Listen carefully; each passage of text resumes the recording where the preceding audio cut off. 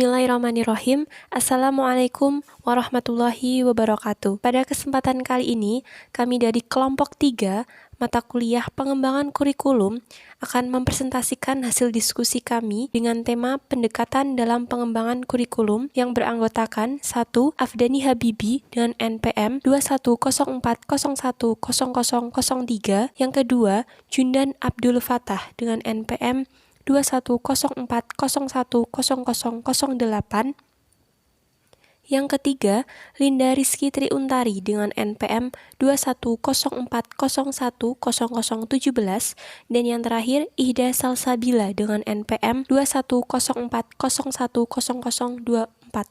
Pengertian pendekatan pengembangan kurikulum. Pengembangan kurikulum adalah cara kerja dengan menerapkan strategi dan metode yang tepat dengan mengikuti langkah-langkah pengembangan yang sistematis agar memperoleh kurikulum yang lebih baik. Pendekatan lebih menekankan pada usaha dan penerapan langkah-langkah atau cara kerja dengan menerapkan suatu strategi dan beberapa metode yang tepat yang dijalankan sesuai dengan langkah-langkah yang sistematis untuk memperoleh hasil kerja yang lebih baik. Yang pertama, pendekatan subjek akademis. Pendekatan subjek akademis adalah bentuk model tertua di antara model lainnya, dan biasanya suatu lembaga pendidikan atau sekolah sampai sekarang tidak bisa lepas dari pendekatan ini. Pendekatan subjek akademis bersumber pada aliran pendidikan klasik yang berorientasi pada masa lalu. Semua disiplin ilmu pengetahuan telah ditemukan oleh para pemikir pada masa lalu. Fungsi pendidikan adalah memelihara dan mewariskan hasil-hasil budaya dan ilmu pengetahuan masa lalu itu, atau transfer folk knowledge. Ciri-ciri pendekatan subjek akademis ada 4, yaitu yang pertama tujuan, metode, organisasi, isi, dan evaluasi. Tujuan yaitu pemberian pengetahuan yang solid serta melatih para siswa menggunakan ide-ide dan proses atau bisa disebut penelitian. Yang kedua, metode. Metode yang banyak digunakan dalam pendekatan subjek akademis adalah pendekatan metode expository dan inquiry. Organisasi isi, yaitu ada 3, yaitu correlated curriculum, yang kedua unifit atau concentrate, yang ketiga integrate curriculum, dan yang terakhir evaluasi.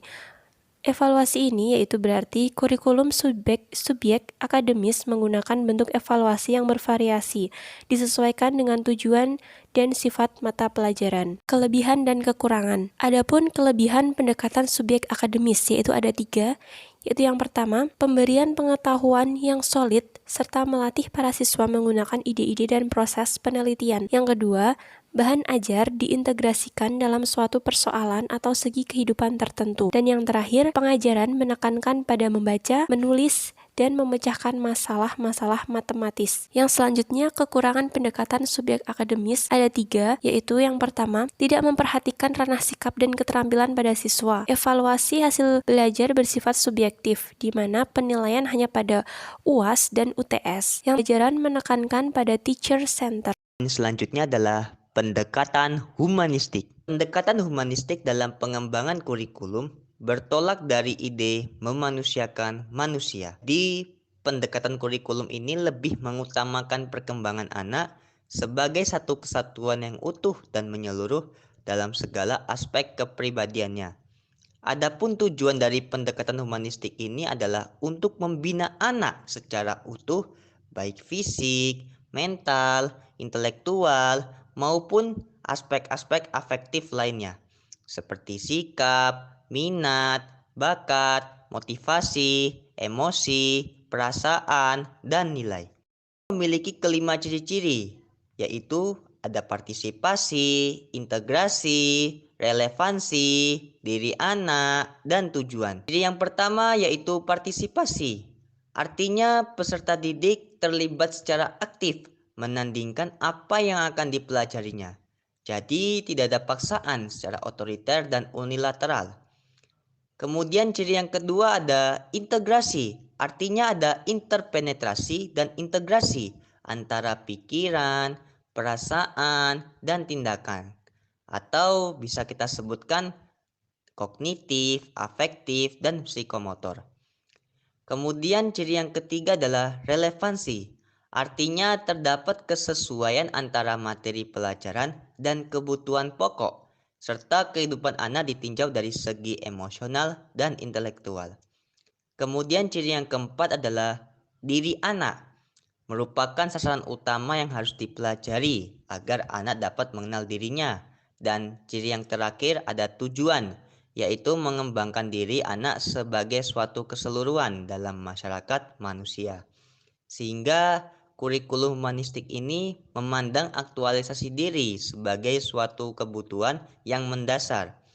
Artinya, setiap para peserta didik itu harus diberikan kebebasan kemandirian hak untuk menemukan diri baik dalam pengembangan kemampuan fisik hingga gejala perasaannya. Serta kurikulum harus dapat memelihara keutuhan anak sebagai suatu keseluruhan khususnya mengenai kreativitas dan spontanitasnya. Pendekatan teknologis. Teknologi sebagai kurikulum ditekankan pada efektivitas program, metode, dan material untuk mencapai suatu manfaat dan keberhasilan.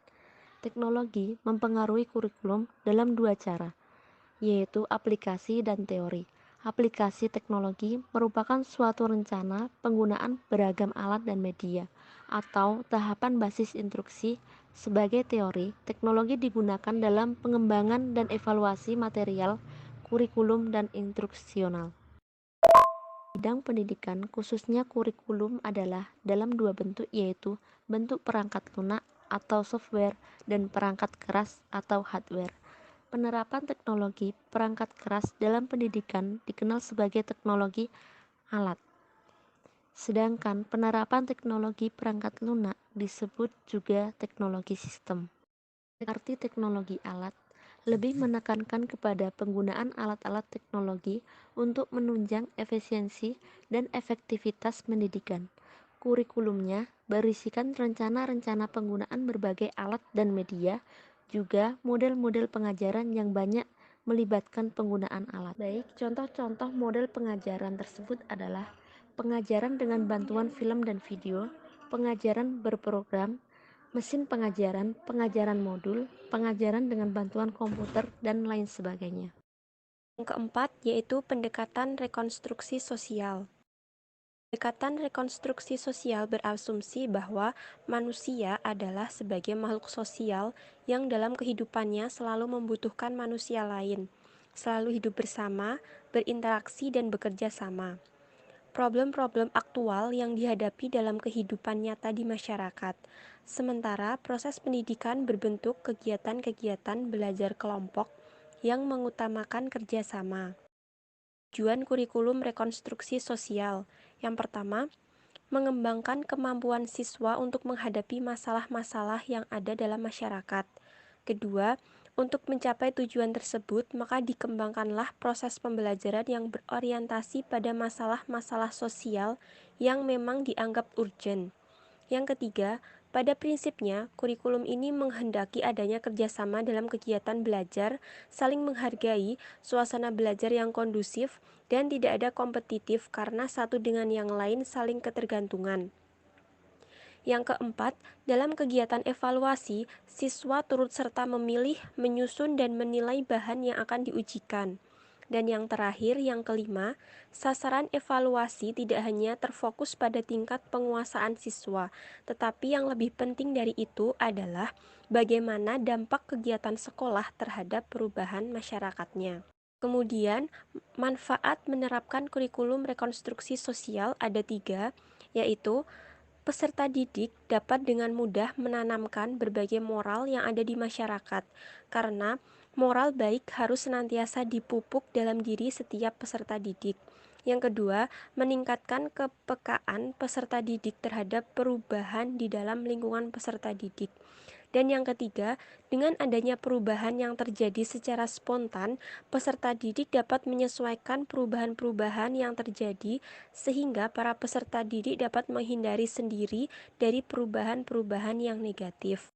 Cukup sekian presentasi dari kelompok kami, kurang lebihnya kami mohon maaf. Nun wal qalami wa mayasturun, billahi fisabilil haq, astabiqul khair.